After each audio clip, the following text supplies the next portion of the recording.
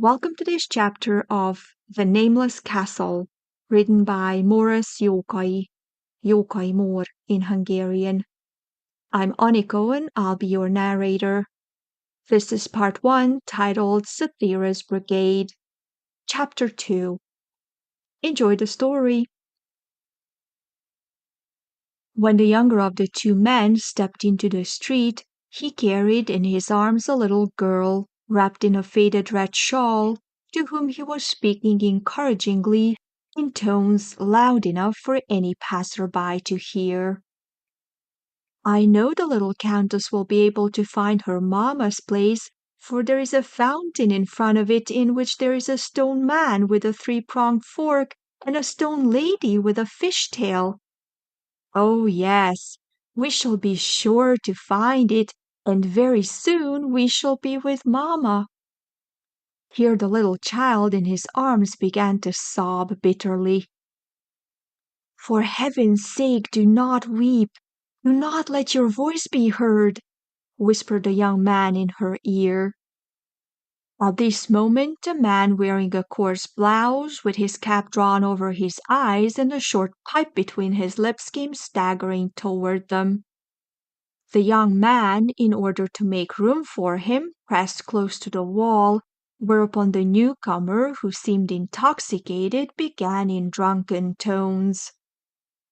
"Hello, citizen! What do you mean? Do you want me to walk in the gutter? Because you have got on fine boots and I have only wooden sabots. I'm a citizen like yourself and as good as you. We are alike, aren't we?" The young man now knew with whom he had to deal, a police spy whose duty it was to watch him. He therefore replied quietly, "No, we are not alike, citizen, for I have in my arms an unfortunate child who has strayed from its mother. Every Frenchman respects a child and misfortune. Is not that so, citizen?" "Yes, that is so, citizen. Let's have a little conversation about it." And the pretended drunkard seized hold of the young man's mantle to detain him. "It is very cold," returned the young man. "Instead of talking here, suppose you help me get this child to its home. Go to the nearest corner and fetch a coach. I will wait here for you." The blouse-wearer hesitated a moment, then walked toward the street corner, managing, however, to keep an eye on the young man and his charge. At the corner he whistled a peculiar manner, whereupon the rumbling of wheels was heard. In a few moments the leather-covered vehicle drew up beside the curb where the young man was waiting. "I'm very much obliged to you for your kindness, citizen," he said to the blouse-wearer who had returned with the coach. "Here," pressing a 20-sou piece into the man's palm, "is something for your trouble.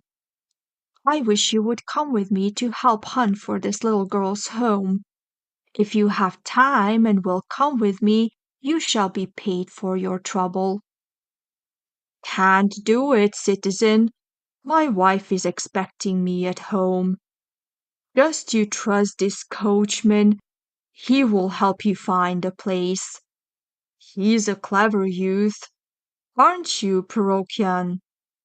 You have made many a night's journey about Paris, haven't you? See that you earn your 20 francs tonight, too." That the coachman was also in the service of the secret police, the young man knew very well, but he did not betray his knowledge by word or mien.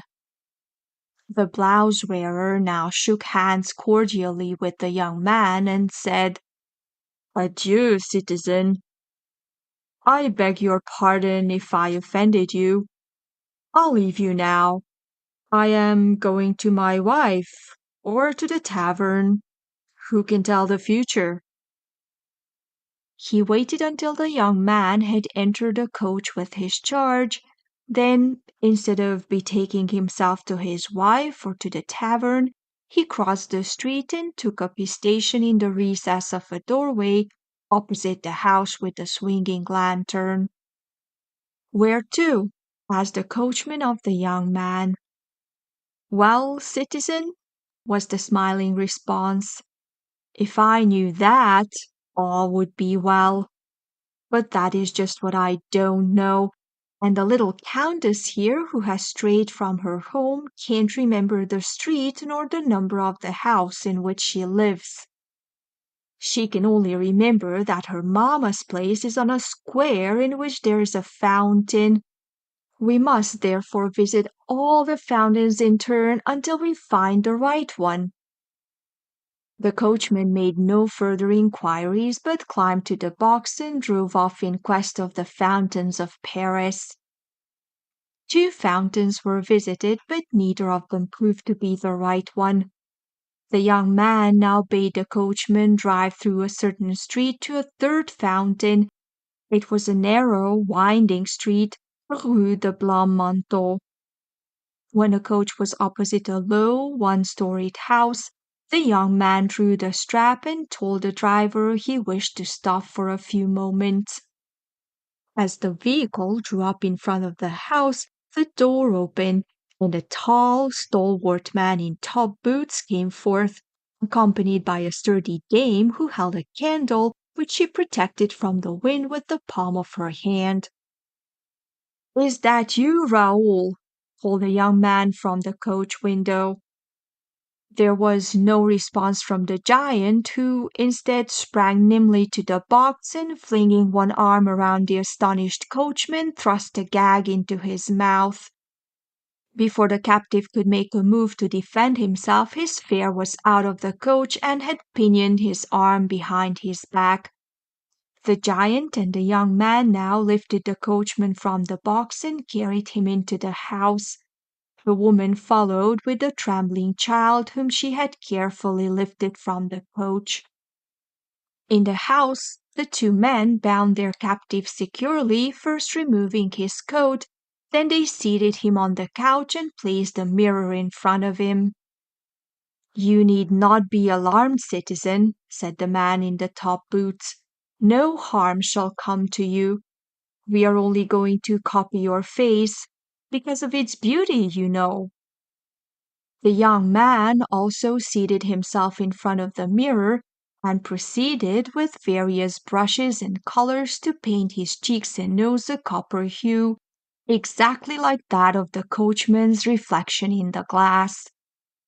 Then he exchanged his own peruke and hat for the shabby ones of the coachman. Lastly, he flung around his shoulders the mantle with its 7 colors, and the resemblance was complete. "And now," observed the giant, addressing the captive, "you can rest without the least fear. At the latest, tomorrow about this time, your coach, your horses, your mantle, and whatever else belongs to you will be returned. For the use of the things we have borrowed from you, we shall leave in the pocket of your coat 20 francs for every hour, and an extra 20 francs as a pourboire. Don't forget to look for it. Tomorrow at 11 o'clock a girl will fetch milk. She will release you, and you can tell her what a singular dream you had. If you can't go to sleep, just repeat the multiplication table. I always do when I can't sleep, and I never have to go beyond 7 times 7. Good night, citizen." The door of the adjoining room opened, and the woman appeared, leading by the hand a pretty little boy. "We are ready," she announced. The 2 men thrust pistols into their pockets. Then the woman and the little boy entered the coach. The 2 men took seats on the box, and the coach rolled away.